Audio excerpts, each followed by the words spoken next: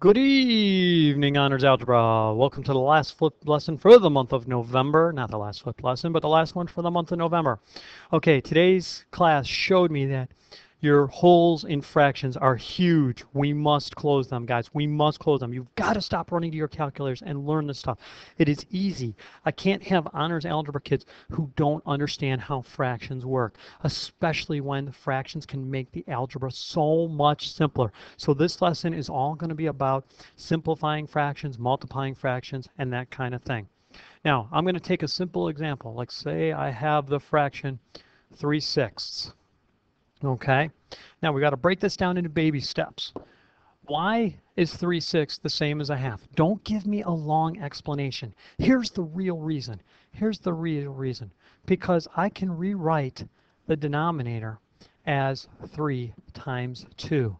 That's the real reason. Because we all know that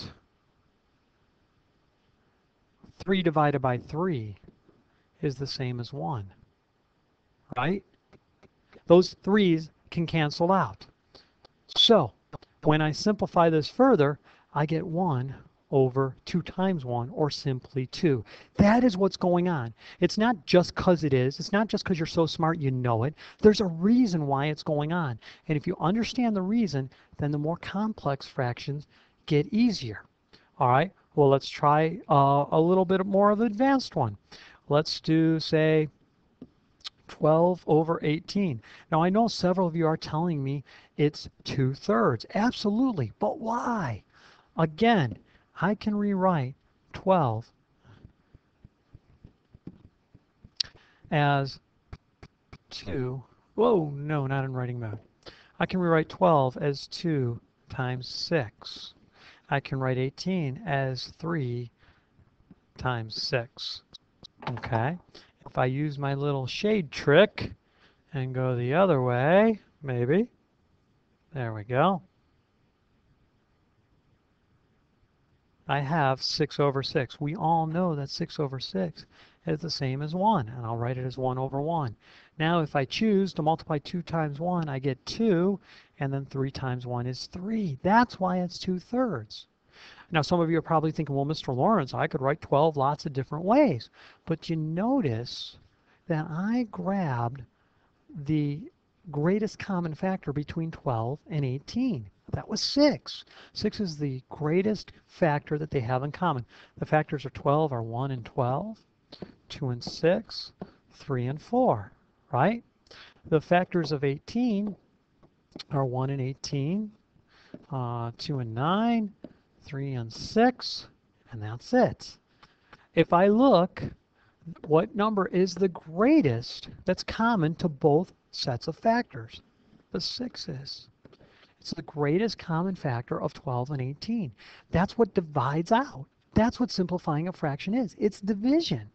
All right, let's look at one more like that. Let's take a bigger one. Let's take 242, and we'll put that over, let me see here. Hold on one second. I'm going to put it over 1. Oh, no, it's not writing. I'm going to put it over 154. All right. Well, let me see. How could I rewrite this? I'm going to do this the long way. I don't see a number. Actually, I know it because I made it up ahead of time. But maybe I'll write it as 2 times 121. And then I could write the denominator as 2 times 77, I think. Right? Those will cancel. That means my new fraction is 121 over 77. Of course, I'm not done. I'm not done because I also know that this numerator can be written as 11 times 11. The denominator can be written as 11 times 7. Oh, these two 11s can cancel, leaving me 11 sevenths. Okay? Now, simplifying a fraction does not have to happen vertically. If I have two fractions being multiplied, let's say, where's my extend page here? It's not showing up, probably because the shade is on. There we go. Let's say I have this problem. Let's say I have 2/5 times, let's say 3/8. Okay. Now the hard way to do this is the hard way, is to go 6/40 and then to go, oh, that's 2 times 3, that's 2 times 20. My answer must be 3/20. That is the hard way to do it. Now some of you are going, simplifying 640 isn't that tough. Maybe not. But there are some problems where it will be harder, especially when variables are involved. And we're going to do fractions with variables second semester. So you have to learn this now. All right, watch what I can do. I am allowed to simplify vertically the first fraction, but 2 and 5, there's nothing to simplify. I'm allowed to simplify the second fraction vertically. 3 and 8. Oh, that's not going to simplify either. But I'm also allowed to cross simplify. I can check and see, is there a common factor between 2 and 8? I can write 2 as 2 times 1. I can write 8 as 2 times 4. Oh, look at this. The 2's cancel. All right. I'm also allowed to simplify the 5 and the 3. Unfortunately, nothing's going to simplify there. But watch what's going to happen. The only thing left in my numerator is a 1 times a 3. Well, 1 times 3 is 3. In the denominators, I have a 5 times a 4. 5 times 4 is 20. Look at that. I got the answer 3/20. The same exact answer. That should prove to you that I'm allowed to simplify diagonally. Okay, now I need you to put down whatever walls you have up or whatever fears you have. Set them aside and try this. All right, I'm going to do one more example for you, and then I'm going to give you a couple to try and see if you're getting them right. Okay, let's say we have 44/27 times 18/33. I am going to look to simplify in 4 different directions. I'm going to look this way. I'm going to look this way. I'm going to look diagonally and diagonally. Now remember, this only works for multiplication. All right.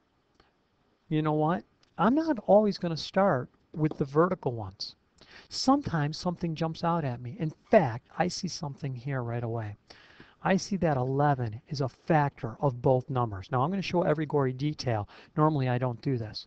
44 can be written as 4 times 11. 33 can be written as 3 times 11. Look at that. There's an 11 in the numerator and an 11 in the denominator. They can divide out and turn into 1. So my numerator of the first fraction is now just a plain old 4. I'll tell you what, I'll go ahead and write it. I'll show every step. The denominator of the second fraction is just a plain old 3. Now I can look and see if I have any other things that are going to divide out. Well, you know what's jumping out at me right now? There's a couple things, but I'm going to check this way now. I see that 3 goes into 18. Well, 18 is 3 times 6. 3 is just 3 times 1. Oh, not 3 times 3. Let me correct that real quick. Poof. All right, this is 3 times 6, and this is 3 times 1. The 3's can cancel.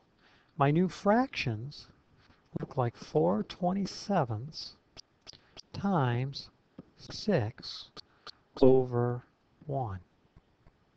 Now there's 2 more directions I should check to make sure I'm getting the simplest fraction. I've checked this way and I've checked this way. I still need to check diagonally from the bottom left to the upper right and vertically on the left. So let's check vertically.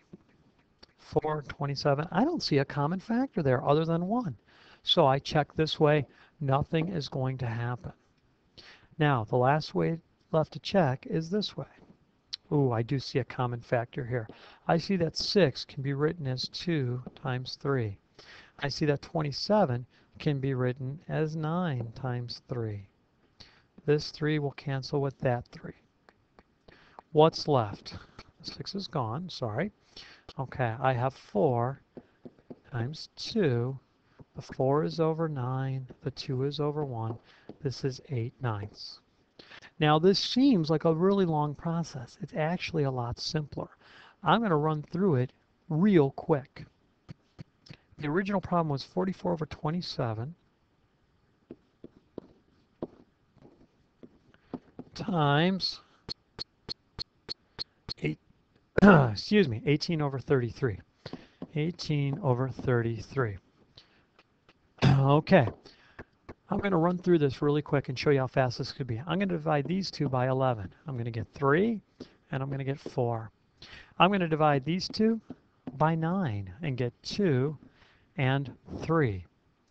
Nothing will cancel with the 4 above the 3. Nothing will cancel with 2 above the 3. I'll multiply. 4 times 2 is 8. 3 times 3 is 9. And look at that. I get, in a lot less steps, I get 8/9. All right, I'm going to give you a couple problems to try this on. So, hold on one second. Okay, there's 3 problems for you to try. Problems A, B, and C. Now, do the best you can. We're going to get a little practice in this class tomorrow. But see if you can do those on your own. Go ahead and pause the video. When you're done pausing, you can unpause it and then watch my work. You should be able to do it. It is not that difficult, but you've got to put your fears aside. Okay, go ahead and pause. Okay, if you've unpaused, here I'm going to demonstrate my technique. I'm going to divide 9 into 18. It's going to go 2 times. There, it's only going to go once. 2 is going to go into 12 6 times. I know that 6 and 10 have a common factor of 2. I'll divide by 2 and get a 3. I'll divide by 2 and get a 5. There's nothing left to simplify. I'll multiply my numerators. 3 times the 1, get 3. 1 times 5 is 5. My answer is 3/5. Okay, coming down to problem B. I see right off the bat that 25 goes into 52 times. Okay, I also see that 7 goes into 28 4 times, and I see that 2 goes into 4 twice. My answer, 1 times 1 is 1, 1 times 2 is 2, is 1/2. This is simple, guys. You can do this. You've got to put the calculators away and try it.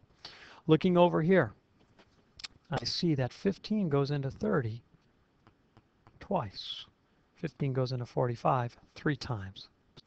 This one's a little trickier, so maybe I won't go 16 and 52 yet. I might go 2 goes into 52 26 times. So right now my problem looks like 16 over 3 times 1 over 26. Well, here I know that 2 goes into 16 8 times, 2 goes into 26 13 times. There is nothing left to simplify. Nothing here, nothing left here, nothing there, and nothing that way. 8 times 1 is 8. 3 times 13 is 39. And there we go. All right, we're going to get some practice with this tomorrow because you must be good at fractions. I can't take more time than a day to do it, though, because we run out of time. Okay, this is Mr. Lawrence signing off. Go practice your fractions. Talk to you later.